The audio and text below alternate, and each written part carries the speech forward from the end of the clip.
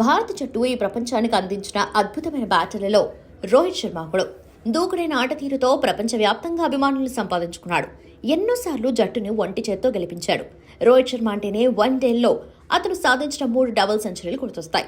వన్డేల్లో అత్యధిక వ్యక్తిగత స్కోర్ సాధించిన ఆటగాడిగా తన రికార్డ్ పదిలంగా ఉంది.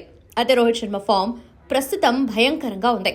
ఆసీస్ గడ్డ మీద వరుసగా విఫలమవుతున్నాడు. కీలకమైన 4వ టెస్ట్ తొలి ఇన్నింగ్స్ లో 3 పరుగులకి అవుట్ అయి ప్రత్యర్థులకు తనే అస్త్రాల్ని ఉచితంగా అందించాడు. ఓవైపు బ్యాటర్గా ఫ్లాప్, మరోవైపు కెప్టెన్సీ వీక్, ఇంకోవైపు ఫీల్డర్గా కూడా చురుగ్గా కదలలేకపోతున్నాడు. కొన్ని సులభమైన క్యాచ్లను సైతం జారవేస్తున్నాడు.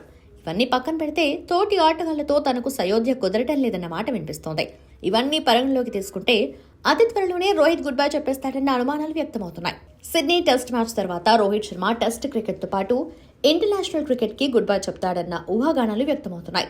4వ టెస్ట్ 2వ ఇన్నింగ్స్ లో విఫలమైన సిడ్నీ టెస్ట్ లోనూ ఇదే పేలవమైన ఫామ్ కొనసాగించిన రోహిత్ తీవ్ర స్థాయిలో విమర్శలు గురికావడం ఖాయం.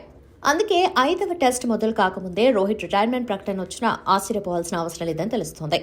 టెస్ట్ క్రికెట్ ఇప్పుడు కొత్త పుంతలు తొక్కుతోంది. బజ్ బాల్ గేమ్ తో మ్యాచ్ ఫలితాల్ని తారుమారు చేస్తున్నారు.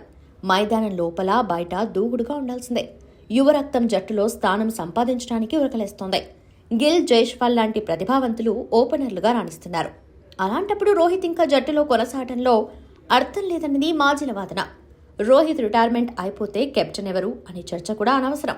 ఎందుకంటే బూమ్రా ఆ బాధ్యతల్ని చక్కగా నెరవేరుస్తున్నాడు.